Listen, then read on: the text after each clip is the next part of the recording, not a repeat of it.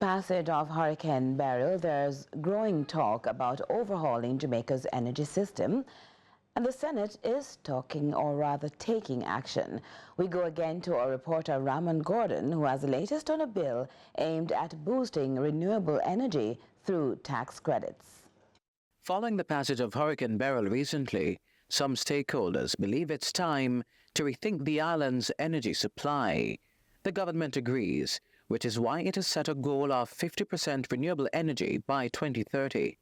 Today in the Upper House, Government Minister Dana Morris-Dixon advanced those efforts by tabling a bill recently passed in the House of Representatives. I would like to remind this Honourable Senate that in Minister Clark's 2023 budget presentation, as part of the revenue measures for financial year 2023-2024, he signalled his intention to implement a regime to provide an income tax credit to individuals who acquire and install a solar photovoltaic system at their primary place of residence.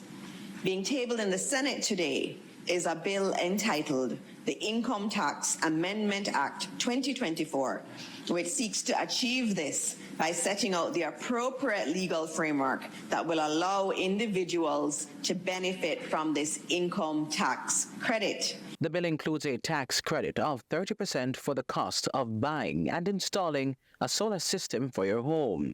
The maximum credit is $1.2 million. Houses which double for commercial purposes have been excluded.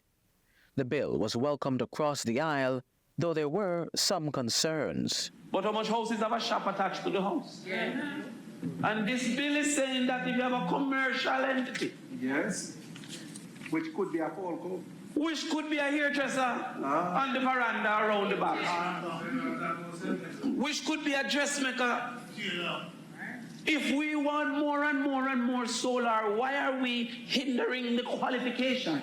Senator Gale, is that we're not going far enough to benefit our workers. Because you're going to have situations where the farmers in Manchester or the farmers in St. Elizabeth, they're working, they're employed, they're self-employed, but they may either A, do not pay income tax, or 2, do not fall above the threshold. They can't benefit. The most recent conversation on renewable energy comes amid persistent power outages following Beryl. Senators on Friday echoed the frustration of Energy Minister Darrell Vaz. JPS has failed this test.